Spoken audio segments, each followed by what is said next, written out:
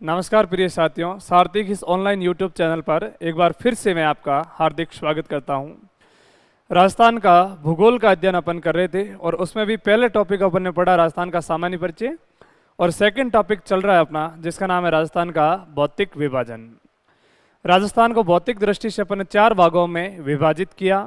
सबसे पहला भौतिक प्रदेश है महान मरुस्थल, दूसरा पड़ा अरावली की पहाड़ियाँ और आज उसी कड़ी में अपन आगे पढ़ने जा रहे हैं जिसका नाम है पूर्वी मैदान। और यदि समय उपयुक्त अपने पास में बचा तो उसी के साथ में आज अपन अध्ययन कर लेंगे दक्षिण पूर्वी पठारी प्रदेश, यानी कि 2 भौतिक प्रदेश जो बहुत बड़े और बहुत लेंथी थे उनका अध्ययन अपन ने पहले कर लिया और आज उसी कड़ी के अंदर आगे चल के पढ़ते हैं राजस्थान में पूर्वी मैदान, यानी कि पूर्वी मैदान का निर्माण कैसे हुआ, कौन से क्षेत्र में फैला हुआ है, कौन से युग में इसका निर्माण हुआ, ये सारी चीज़ों का अध्ययन करेंगे।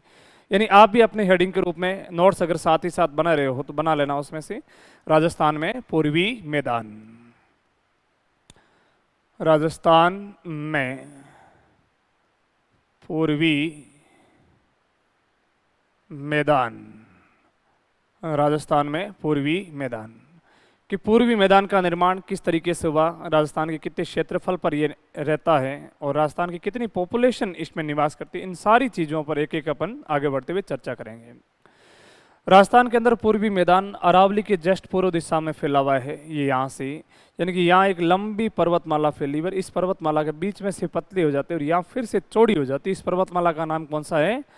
अरावली पर्वतमाला। और अरावली को यहाँ से बीच में से और ये इस तरीके से अरावली के जस्ट पूर्व दिशा में और पूर्वी ढलानों पर एक नदियों का जाल फैला हुआ है। बहुत सारी नदियां यहाँ पे फैली हुई है और अरावली से भी निकलने वाली अधिकांशतः नदियां इस दिशा में जाती है और यहाँ पे एक बहुत बड़े जाल का निर्माण कर दिया है। यानी कि इस वाले क्षेत्र को इसको हटा दें यहाँ से तो ये है हाड़ौती का पठार जिसको अपन अगली कड़ी में पढ़ेंगे और इसका नाम है राजस्थान में पूर्वी मैदान। राजस्थान में पूर्वी मैदान और पूर्वी मैदान का निर्माण आप याद रख लेना क्योंकि राजस्थान के अंदर इस वाली दिशा से भारत के अंदर एक नदी फैली हुई है, उस नदी का नाम है यमुना। और यमुना जब आगे चल करके सहायक होती है तो एक बहुत बड़ी नदी की सहायक बनती है और भारत की सबसे लंबी नदी कौन सी है? गंगा। गंगा और यमुना ने हिमालय से बहुत सारे अवसाद ला करके और इस क्षेत्र विशेष में जमा किए और यहाँ से एक विशालतम मैदान बना दिया और उसको हम पढ़ते हैं उत्तर का विशाल मैदान, यानी कि इंडियन ज्योग्राफी के अंदर पढ़ा जाता है उसको उत्तर का विशाल मैदान। और उत्तर के विशाल मैदान का ही राजस्थान में अवशेष क्या है? तो आपका जवाब होना चाहिए पूर्वी मैदान। या फिर पूर्वी मैदान को बनाने में किन नदियों का योगदान है? तो गंगा और यमुना का योगदान रहता है। जब नदियां अपने साथ में चलती है तो नदियां मिट्टी के कण लेके आती है और उन मिट्टी के कणों को अवसाद कहा जाता है और ये अवसाद हमेशा मिट्टी के कण अवसाद कहलाते हैं और ये अवसाद जब मिट्टी के कण के रूप में बदल जाते हैं तो ऐसी मृदा को जलोढ़ मृदा के नाम से संबोधित किया जाता है। यानी कि वो मृदा कौन सी हो जाएगी? जलोढ़ मृदा। ऐसी मृदा जो जल के द्वारा ला करके किसी क्षेत्र विशेष पर ओढ़ा दी जाती है तो ऐसी मृदा को जलोढ़ मृदा के नाम से जाना जाता है। अब यदि आपसे पूछ लें कि जलोढ़ मृदा के कितने भाग होते हैं तो एक बार इसका जिक्र अपन पहले की क्लासों में भी कर चुके हैं। यानी कि पूर्वी मैदान का निर्माण कौन सी मृदा से हुआ है? तो जलोढ़ मृदा से। और जलोढ़ मृदा के भी 2 भाग होते हैं, अपन ने पहले भी पढ़ा है। एक का नाम खादर होता है और एक का नाम क्या होता है? बांगर होता है। तो बांगर और खादर किसके 2 भाग रहते हैं? बांगर और खादर किसके 2 भाग रहते हैं? तो जवाब देना चाहिए आपको जलोढ़ मृदा के 2 भाग हैं और नवीन जलोढ़ मृदा को खादर बोला जाता है और प्राचीन जलोढ़ मृदा को बांगर के नाम से संबोधित किया जाता है। पूर्वी मैदान राजस्थान के कुल हिस्से का यानी कि राजस्थान के टोटल क्षेत्रफल का 23% भाग रखता है। राजस्थान के कुल क्षेत्रफल के कितने प्रतिशत भाग पर पूर्वी मैदान है? 23% भाग पर पूर्वी मैदान है। राजस्थान की कुल कितनी जनसंख्या पूर्वी मैदान में निवास करती है? 39% है। यानी कि 23% राजस्थान का क्या रखेगा? क्षेत्रफल रखता है और 39% राजस्थान की क्या रखता है? जनसंख्या। राजस्थान की 39% जनसंख्या पूर्वी मैदान में निवास करती है और राजस्थान की 23% क्षेत्रफल पूर्वी मैदान रखता है। अब यहाँ से एक बात सिद्ध होती है कि इसका क्षेत्रफल कम है और जनसंख्या अधिक है। क्षेत्रफल कम जनसंख्या अधिक, अतः ये बात फिक्स है कि पूर्वी मैदान का बहुत अधिक मात्रा में क्या बढ़ जाएगा? बताओगी जनसंख्या घनत्व है। यानी कि राजस्थान का सबसे ज्यादा जनसंख्या घनत्व वाला भौतिक प्रदेश कौन सा है, तो उसका आपको जवाब देना चाहिए पूर्वी मैदान। और इन सेंस यदि एग्जामिनर पूछ लें कि राजस्थान का सबसे कम जन घनत्व वाला भौतिक प्रदेश कौन सा है, तो उसका नाम रहता है महान मरुस्थल। राजस्थान का सबसे कम जनसंख्या घनत्व वाला भौतिक प्रदेश महान मरुस्थल। ऐसा क्यों होता है तो आप बताओगे, क्योंकि महान मरुस्थल राजस्थान के 61.11% भाग पर फैला हुआ है, जबकि राजस्थान की 40% जनसंख्या इसमें निवास करती है। तो जनसंख्या का परसेंटेज रेशियो कम है, क्षेत्रफल का ज्यादा है, अतः इसका जन घनत्व ऑटोमेटिक रूप से कम हो जाता है। राजस्थान का सबसे ज्यादा जनसंख्या घनत्व वाला भौतिक प्रदेश है, क्योंकि लोग सबसे ज़्यादा वहीं रहते हैं जहां उनको आधारभूत सुविधाओं की आवश्यकता मिल जाती है। और आधारभूत सुविधा का तात्पर्य है कि इस वाले क्षेत्र के अंदर नदियों का जाल फैला हुआ था, और नदियों के जाल फैला होने के कारण से लोगों को कृषि करने और पशुपालन की सुविधा मिल गई। अतः शुरू से ही राजस्थान के अंदर उसी क्षेत्र में बहुत ज़्यादा जनसंख्या निवास करती चलेगी। यही कारण है कि राजस्थान के सर्वाधिक 5 जनसंख्या घनत्व वाले पांचों के पांचों जिले कौन से मैदान में निवास करते हैं, तो जवाब दोगे आप पूर्वी मैदान में निवास करते हैं। इस पूर्वी मैदान का भी निर्माण उसी युग में हुआ था जिस युग के अंदर महान मरुस्थल का निर्माण हुआ। और सुन लेना, यानी कि इसका निर्माण कौन से काल में हुआ था, तो बता दोगे कि इसका निर्माण प्लीस्टोसीन काल में हुआ है। प्लीस्टोसीन काल में महान इस पूर्वी मैदान का निर्माण हुआ है। पूर्वी मैदान में नदियों का जाल फैला होने के कारण से जलोढ़ मृदा इतनी ज़्यादा मात्रा में पाई जाती है, क्योंकि यहाँ पे 33 सागर का अवशेष था, लेकिन 33 सागर की मिट्टी इतनी ज़्यादा नीचे दब गई क्योंकि उसके ऊपर फैल चुकी है वो मिट्टी कौन सी है, जलोढ़ मृदा। इसलिए इस मैदान की राजस्थान में सबसे ज़्यादा उपजाऊ क्षमता है। यानी आपसे क्वेश्चन आ जाए कि राजस्थान का सबसे ज़्यादा उपजाऊ मैदान, राजस्थान का सबसे ज़्यादा उपजाऊ मैदान, और राजस्थान का सबसे ज़्यादा उपजाऊ मैदान कौन सा मैदान है, पूर्वी मैदान है राजस्थान में। नेक्स्ट, इसी का निर्माण जलोढ़ मृदा से होने के कारण 33 सागर की मृदा नीचे दब गई। यही कारण है कि राजस्थान के पूर्वी मैदान में कौन से पानी की झीलें नहीं पाई जाती है, तो जवाब क्या दोगे, खारे पानी की। जबकि पश्चिमी राजस्थान में खारे पानी की झीलों की बहुत ज़्यादा अधिकता है, क्योंकि वहाँ पर अभी तक जो जमी हुई मृदा है उस मृदा को 33 सागर की मृदा कहा जाता है, 33 सागर की मृदा के नाम से संबोधित किया जाता है। यानी कि राजस्थान के क्षेत्र में पूर्वी मैदान और पूर्वी मैदान के आसपास में नदियाँ खूब सारी फैली हुई, यानी कि यहाँ जाल किसका रहेगा, नदियों का। और नदियों के जाल के आधार पर इसे हम 4 भागों में पुनः विभाजित करके अध्ययन करेंगे। और 4 भागों में विभाजित करने के लिए इसका फर्स्ट जो अपना पार्टीशन रहेगा उसका नाम है बाण गंगा का मैदान। इसको पहले भाग में बांट के पढ़ते हैं तो क्या पढ़ा जाता है, तो जवाब दोगे बाण गंगा का मैदान के नाम से इसको पढ़ा जाता है, बाण गंगा का मैदान।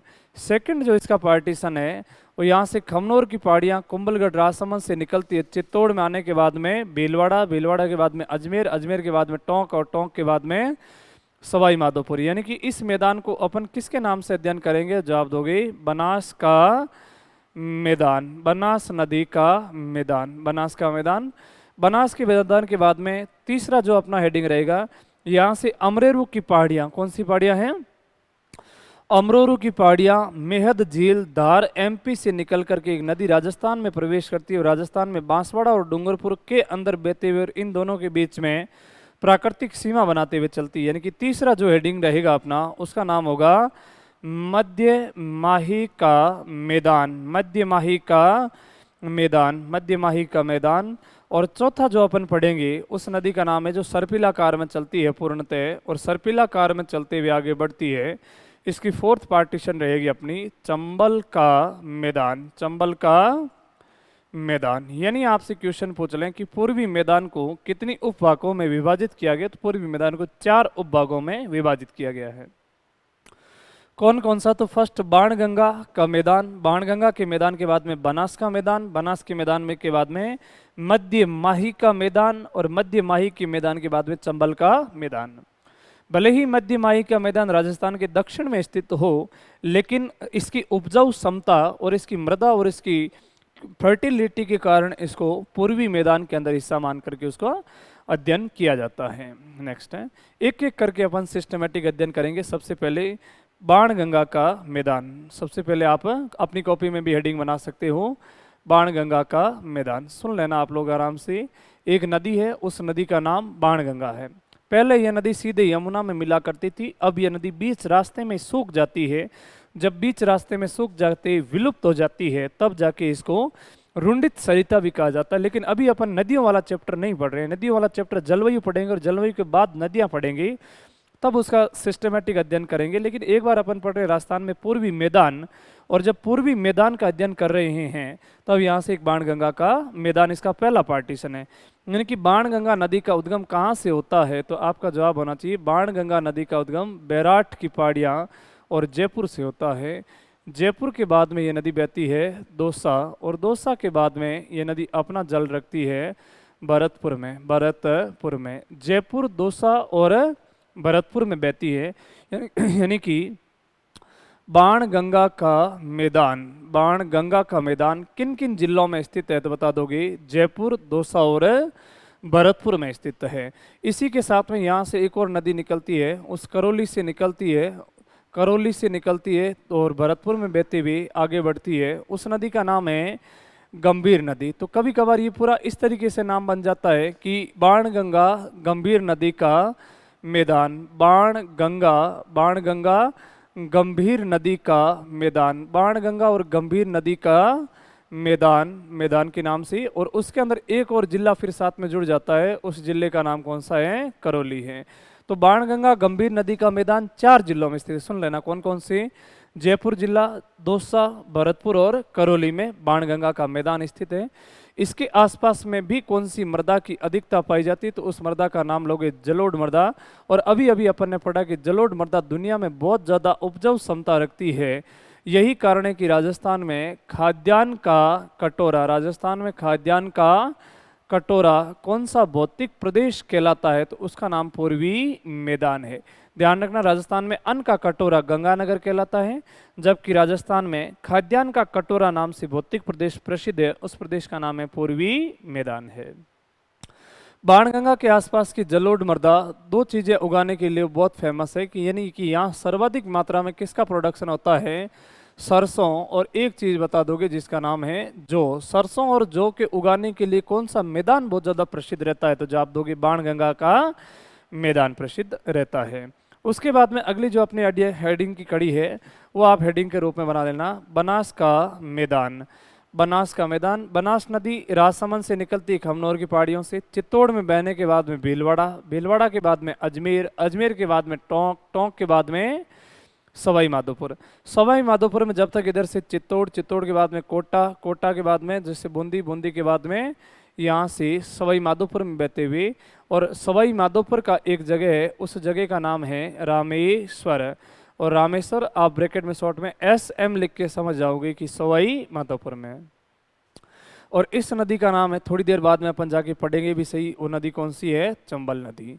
बनास नदी सवाई माधोपुर के रामेश्वर में जाकर के चंबल की सहायक हो जाती है। ये बार बार क्वेश्चन पुटअप होता है यहाँ से कि यहाँ पे भी एक त्रिवेणी संगम अपन नदियों वाले चैप्टर में जाके पढ़ेंगे। इधर से एक नदी आती है MP से, उस नदी का नाम है सीप नदी। अतः सीप, बनास और चंबल का त्रिवेणी संगम रामेश्वर में होता है। रामेश्वर कहाँ की जगह है तो बता दोगे? सवाई माधोपुर की जगह है। बनास राजस्थान के 6 जिलों में प्रवाहित होती है। कौन कौन सी? तो एक बार इतना जरूर याद रखना कि बनास का उद्गम कौन सी पहाड़ियों से होता है, तो जवाब क्या दोगे? खमनोर की पहाड़ियाँ। और खमनोर की पहाड़ियाँ और किस जिले से उद्गम होता है, तो उस जिले का नाम बताओगे? राजसमंद जिले से उद्गम होता है। राजसमंद जिले के बाद में इस नदी का प्रवाह हो जाएगा चित्तौड़ में। राजसमंद के बाद में चित्तौड़, चित्तौड़ के बाद में यह नदी जाएगी भीलवाड़ा, भीलवाड़ा के बाद में अजमेर, अजमेर के बाद में टोंक, अजमेर के बाद में टोंक, और टोंक के बाद में SM, और SM का मतलब समझ लेना सवाई माधोपुर में। राजसमंद, चित्तौड़, भीलवाड़ा, अजमेर, टोंक, सवाई माधोपुर में कौन सी नदी का मैदान स्थित है, तो आपका जवाब आना चाहिए उस नदी का नाम हो जाएगा बनास का मैदान। राजस्थान के इन जिलों में स्थित है। और इनमें से भी यदि आपसे क्वेश्चन पूछ लें कि राजस्थान में बनास का मैदान, राजस्थान में बनास का मैदान सर्वाधिक कौन से जिले में स्थित है, तो उस जिले का नाम रहेगा टोंक जिले के अंतर्गत स्थित है। बनास का मैदान हल्की पीली भूरी मृदा का क्षेत्र है, यानी कि यहाँ मृदा कैसी पाई जाएगी? पीली भूरी मृदा और पीली भूरी मृदा भी अपने आप में बहुत ज़्यादा मात्रा में कौन सी क्षमता रखती है? तो जवाब क्या दोगे?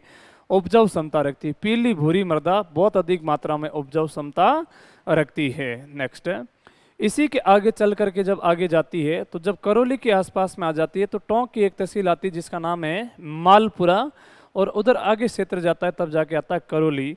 यानी कि बनास के मैदान में ही एक और उपभाग के रूप में आप हेडिंग के रूप में पढ़ लेना, मालपुरा करौली का मैदान, मालपुरा करौली, मालपुरा करौली का मैदान।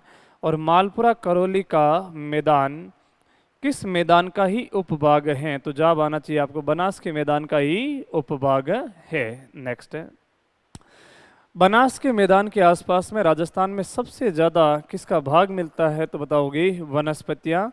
और राजस्थान में सबसे ज़्यादा अभ्यारण्यों की संख्या, राजस्थान में सबसे ज़्यादा अभ्यारण्यों की संख्या बनास के मैदान के आसपास में पाई जाती है।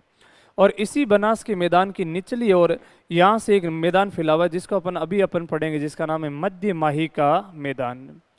मध्य माही का मैदान और बनास के मैदान के बीच में इस राजसमंद का यहाँ पे एक पठारी प्रदेश फैला हुआ है। इस पठार को बोला जाता है पीडमोंट का पठार, यानी कि पीडमोंट का पठार राजस्थान में कौन से जिले में स्थित है? तो बताओगे राजसमंद में। और कौन सी बेसिन में स्थित है? तो बनास नदी की बेसिन में पाया जाता है। नेक्स्ट, तीसरा आपकी हेडिंग अध्ययन के रूप में विषय आप बना लेना जिसका नाम है मध्य माही का मैदान, मध्य माही का मैदान, मध्य माही का मैदान। और मध्य माही का मैदान सुन लेना इस तरीके से। नेक्स्ट, यानी कि जब माही एमपी से निकल के आती है तो ये इसका निचला माही का मैदान हो गया, ये उत्तरी माही का मैदान हो गया, और ये राजस्थान में इतना सा फैला हुआ है, इसको हम बोलते हैं मध्य माही का मैदान।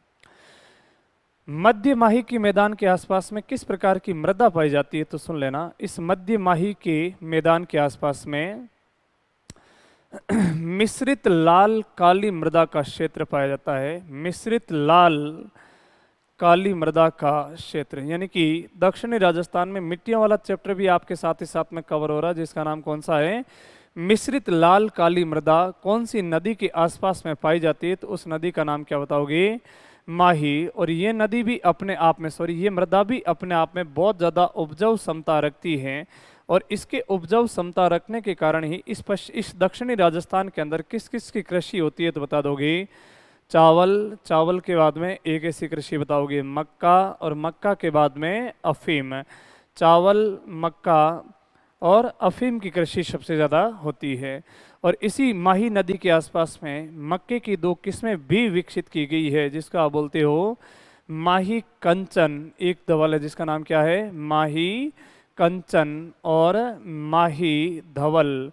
माही कंचन और माही धवल राजस्थान में किसकी किस्में उगाई जाती है? तो जवाब आना चाहिए आपको, ये है मक्के की। जबकि एग्रीकल्चर वाले टॉपिक में इसका अपन विशेष अध्ययन और करेंगे। चावल की एक किस्म माही नदी के इस मध्य माही के मैदान में ही उगाई गई है जिसका नाम है माही धवल। यानी कि माही धवल राजस्थान में किसकी किस्म है? तो चावल की। माही कंचन और माही कंचन और माही धवल, जबकि माही सुगंधा और माही सुगंधा किसकी किस्म है? तो यहाँ आपका जवाब आना चाहिए चावल की किस्में जो उगाई जा चुकी हैं। नेक्स्ट, राजस्थान के पूर्वी मैदान के अंदर ही पूर्वी मैदान में चौथी और अंतिम हेडिंग के रूप में आप अपनी कॉपी में हेडिंग बना लेना जिसका नाम है चंबल का मैदान। चंबल का मैदान, चंबल का मैदान राजस्थान के हालांकि दक्षिण पूर्वी दिशा में ही स्थित है, लेकिन इसके थोड़ी सी दूर दराज के क्षेत्र के अंदर उपजाऊ क्षमता होने के कारण इसको पूर्वी मैदान का हिस्सा मान करके इसका अध्ययन किया जाता है। बाकी चंबल के मैदान जो है, चंबल का मैदान पूर्वी मैदान में, और चंबल के बीहड़ और खड्डे वो अपन अगले वाले टॉपिक जिसको पढ़ेंगे दक्षिण पूर्वी पठारी प्रदेश, उसके अंदर इसका विशेष अध्ययन अपन करेंगे उसमें से। नेक्स्ट है, यहाँ से एक नदी का उद्गम होता है, जानापाव की पहाड़ियाँ, विंध्याचल पर्वतमाला, महू एमपी से नदी निकलती जिस नदी का नाम चंबल नदी है। नेक्स्ट है, यानी एमपी के अंदर एक पहाड़ियाँ स्थित है जिन पहाड़ियों का नाम है जानापाव की पहाड़ियाँ, जानापाव की पहाड़ियाँ, जानापाव की पहाड़ियाँ। क्षेत्र रहता है उस क्षेत्र का नाम महू है, और राज्य का नाम हो जाएगा एमपी। से एक नदी निकलती जिस नदी का नाम चंबल है। 84 गढ़ चित्तौड़ से प्रवेश करती है, बूंदी में बहते हुए कोटा इसके किनारे बसा हुआ है, और कोटा में बहते हुए सवाई माधोपुर, सवाई माधोपुर के बाद करौली, करौली के बाद में धौलपुर, और धौलपुर में बहते हुए आगे जिस राज्य में चली जाती है उस राज्य का नाम कौन सा है? यूपी है। सॉरी, यानी बोर्ड पे जो नदी का नाम बना है या डायग्राम बना है वो नदी कौन सी है? चंबल नदी है। चंबल का उद्गम कौन सी पहाड़ियों से होता है? तो जवाब क्या दोगे? जाना पाव की पहाड़ियाँ। जिस राज्य से उद्गम होता है वो राज्य कौन सा है? एमपी। अभी अपन नदियों वाला चैप्टर नहीं पढ़ रहे हैं, अपन पढ़ रहे हैं राजस्थान का भौतिक विभाजन, और राजस्थान के भौतिक विभाजन में नदियों की बड़ी बड़ी डिटेल देखते हैं। जब अपन राजस्थान के अंदर नदियों वाला चैप्टर पढ़ेंगे तब मैं आपको विशेष डिटेल से इस नदियों के बारे में कंप्लीट प्रोसेसिंग बताऊंगा, कहाँ से उद्गम हुआ, क्या हुआ। चंबल नदी भी राजस्थान के कितने जिलों में बहती है? तो उस नदी का जिले का नाम बता दोगे? 6 जिलों में बहती है। 6 जिलों का अर्थ हुआ कि कौन कौन से जिले में सबसे पहले बहेगी? तो ये हुआ चित्तौड़ जिला। कि चंबल राजस्थान में सबसे पहले कौन से जिले में आती है? चित्तौड़। चित्तौड़ के बाद जिस जिले में प्रवाहित होगी उस जिले का नाम कौन सा है? बूंदी। बूंदी के बाद जिले में जाएगी कोटा। और कभी कभार क्वेश्चन भी आ जाता है कि कोटा राजस्थान में कौन सी नदी के किनारे बसा हुआ है? तो बता दोगे चंबल नदी के किनारे। कोटा के बाद जाएगी सवाई माधोपुर। सवाई माधोपुर के बाद जाती है करौली, और करौली के बाद जाएगी जिस जिले का नाम कौन सा है? धौलपुर। करौली के बाद में धौलपुर। यानी कि चंबल राजस्थान के 6 जिलों में चलती। कौन कौन सी? चित्तौड़, बूंदी, कोटा, सवाई माधोपुर, करौली और धौलपुर। करौली और धौलपुर के जिलों के अंदर चलती हैं। नेक्स्ट, करौली और धौलपुर जिलों में चलती हैं। अगला पॉइंट है कि चंबल पूर्णतः कौन से आकार में चलती है? तो चंबल सीधी नहीं चलती है। चंबल किस आकार में चलती है? सर्पिलाकार में बहती है। कि चंबल भारत की सबसे ज्यादा सर्पिलाकार में बहने वाली नदी कौन सी है? तो उस नदी को बताओगे चंबल नदी है। सर्पिलाकार में बहते हुए यह नदी क्या कर देती है? तो जवाब दोगे अवनलिका अपर्दन। अवनलिका अपर्दन करने वाली। कि भारत में सबसे ज्यादा अवनलिका अपर्दन, और अवनलिका अपर्दन को ही इंग्लिश में गली इरोजन के नाम से संबोधित किया जाता है। कि अवनलिका अपर्दन को ही क्या बोला जाता है? गली इरोजन कहा जाता है। और गली इरोजन भारत में सबसे ज्यादा अवनलिका अपर्दन करने वाली नदी का नाम चंबल नदी है। चंबल नदी है। और अवनली का अपर्दन करते हुए आप ऐसे मान के चलिए कि यहाँ से कोई चट्टान है तो इन चट्टानों को यहाँ से काट के और बहुत बड़े बड़े गहरे खड्डे बना देती है। और जब खड्डे बनाती है तो इन्हीं खड्डों को बीहड़ खड्डों के नाम से जाना जाता है। बीहड़ खड्डे। यानी कि भारत में सबसे ज़्यादा बीहड़ खड्डे बनाने वाली नदी कौन सी है? तो उस नदी का नाम लोगे चंबल नदी है।